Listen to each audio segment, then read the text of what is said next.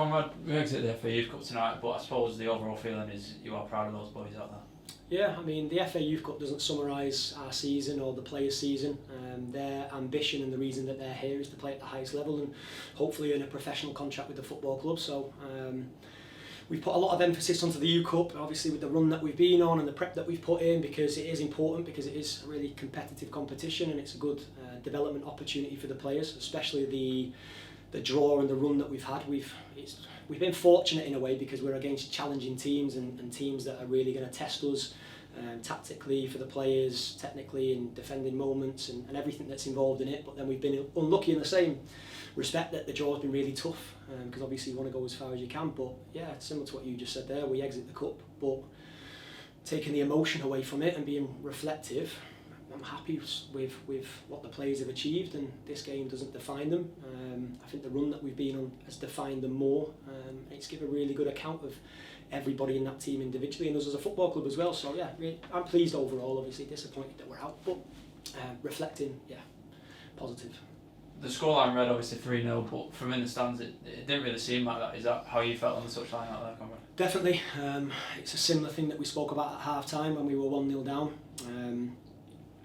Looking at the game, I think they had 2 shots in total in the first half and they scored the one that they had on target. And I thought that we had loads of good moments in the first half as well against a team that's really, it's a well-established academy. They've got really quality players in there, and that was obviously evident in the scoreline because I think they had 3 shots on target, scored 3 goals. The moments in the build-up to that when they needed to create a chance, they executed it with the quality that they had.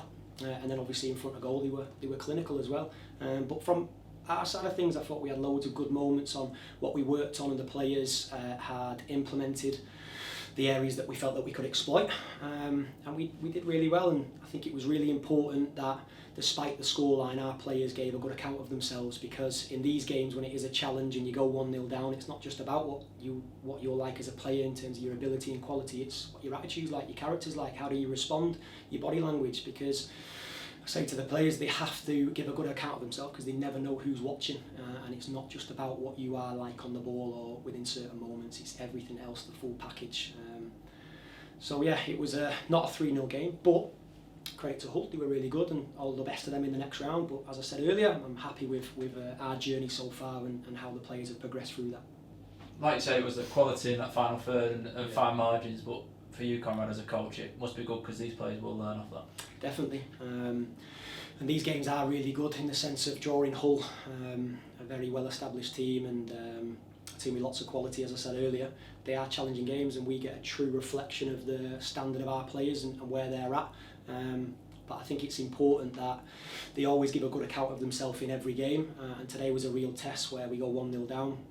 How do you respond to that as a player? What's your attitude, your character like?